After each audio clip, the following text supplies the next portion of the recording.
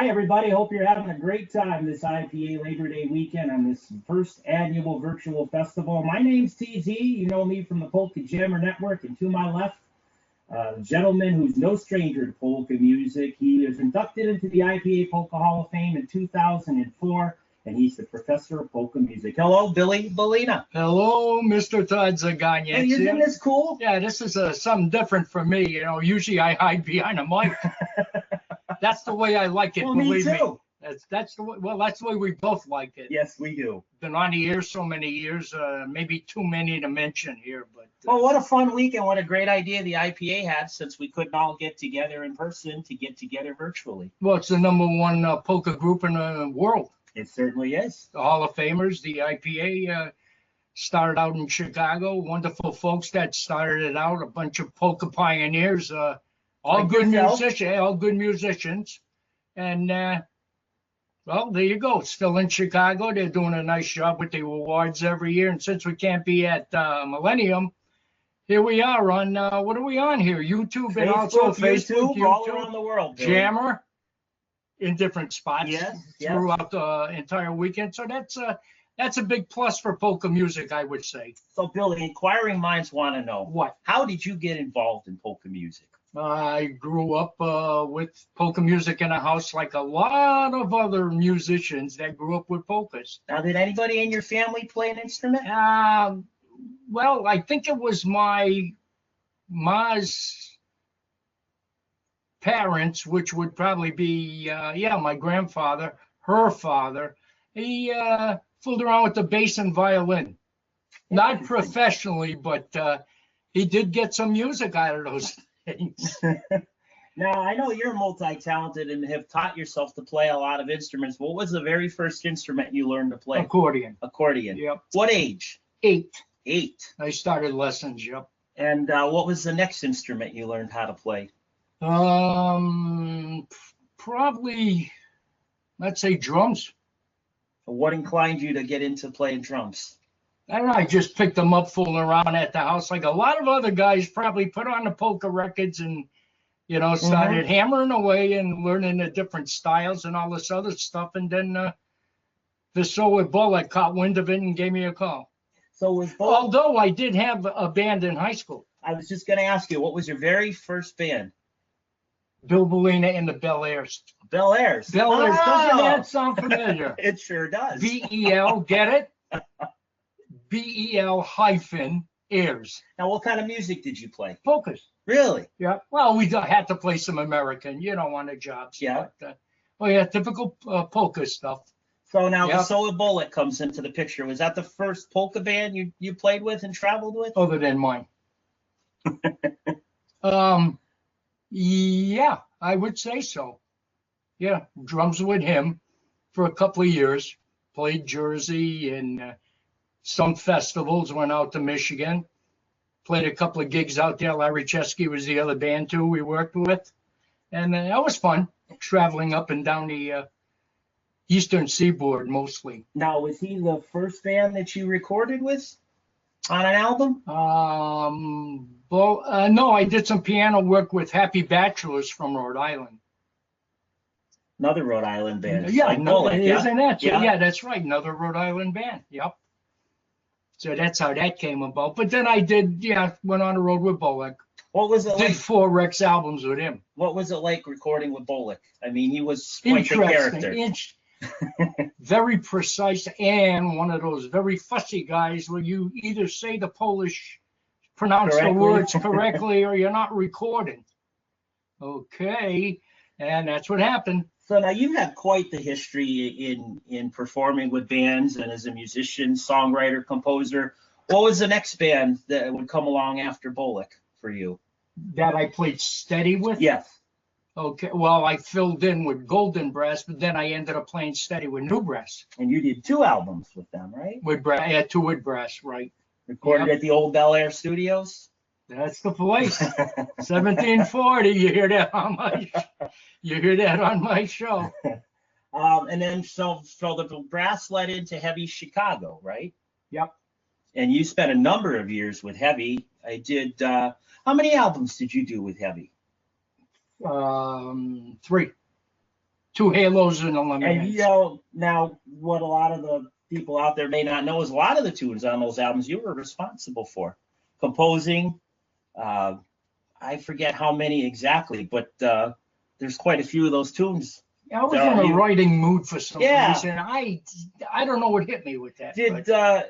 Was there? How did you come up with a lot of these tunes? I have no idea. I don't know.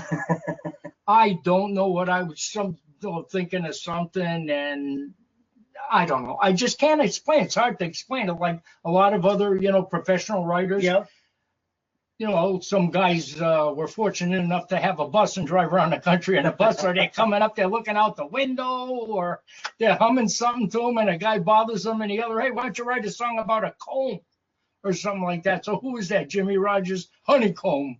It's something like this, and it hits you, and you end up writing a tune. Might take you a month to write it, but and to talk about the longevity of some of your tunes, some of the a great example is Heavy Chicago with I Won't Forget. Oh yeah, Mike Costa and the Beat just picked up on it on their latest recording. It's a nice honky tune. Yeah. Well, I wanted to keep it simple. Like a lot of that Chicago music is so simple and down to earth, easy to remember the words on a lot of that stuff. It's like stuff Lenny and Eddie, and although those guys, of course, can come up with some nice technical polka stuff, Mm-hmm. but when it came to the easygoing stuff, like even the old little Wally music, the instrumental stuff that Adamczyk did, Zima, Casey Homel, those bands, terrific. So while you were with Heavy led to your big break on radio. You started a phenomenon at WMUA in Amherst, Massachusetts with the Polka Bandstand Show. Do you remember that first program? Yeah, matter of fact, I had to record because I worked at the college. And the show was on a Wednesday morning at 11 o'clock. That was the first show. First 1 hour they gave me. And I went in on a Tuesday evenings and recorded it. And your first guest on the program was a fellow band member, correct? Jackie. As in LeBerry, yep. That's how that started. And I mean, talk about a phenomenon of what you did for polka music in our area over the years, and the popularity of the program. You moved from a Wednesday to a Saturday, and then expanded it to several hours. But I had a choice. A Friday night or a Saturday. Really? A Friday night for 4 hours, or a Saturday for 5 or 6. I talked to a lot of people. I said, what do you think would go over pretty good? The Friday night, people come home from work, they're relaxing. You could start watching TV and all this other kind of stuff. Take the Saturday. There you go. Didn't take long to tell college I'll take Saturday morning. And that's what happened. And now you've been doing this over 40 years, and you how many? Over 40. Oh, jeez. And I think one of the biggest phenomenons is the polkathon that you started at WMUA. Now WMUA was a college station, so they relied on funding from university and donors, and it's not a commercial station where you could go out and solicit for money. And when you started the Polkathon, I mean, each year it just grew bigger and bigger with the money you were raising from the listeners. You really put the station on the map in the polka field. Yeah, well, actually, the news department is who put the station on the map. Really? Because they started an internet. And remember I told you that story? What happened was a lot of the alumni that moved to Ohio, wherever they moved, Florida, California. They miss listening to the college basketball, college football games. So MUA was broadcasting that, and then he had an idea. Well, let's see if we can put this on the internet somehow. That's how they started, and it was broadcast right from a little transmitter that was tied into the internet, and that was in a little closet in the news department. A little hole in the wall. Yeah. On campus. And in reference to the polkathons that I started, I got that idea from Bill Shabilsky. Yeah. Because he did a nice job with Fordham University.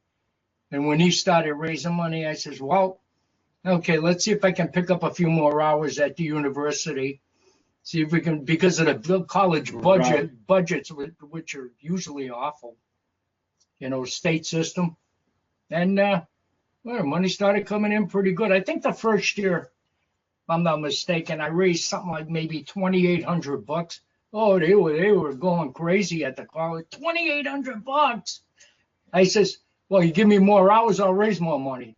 And boom, every year from then on. And that turned into 14 hours on a Saturday and 6 hours on a Sunday when, amazing, at its peak. Amazing. And, for the IPA viewers out there that weren't part of it, all the people you brought in, the special guests, the celebrities, and even live bands over the years that perform live on the radio. Wasn't that something? Yeah. Well, I figured I'd try that on the Polka-tons because you had on the East Coast and Chicago, you name it, probably Michigan too. They were doing all these radio broadcasts on AM in those days, and people just loved it. And they couldn't, like feeders. I had, Chris even knows. You got Feeders Grove. Mm-hmm. He was doing a show, I understand, from Feeders Live. He had the bands there and the place, and you're driving to Feeders in your car, and you can't wait to get to the place. Everybody's all fired right up.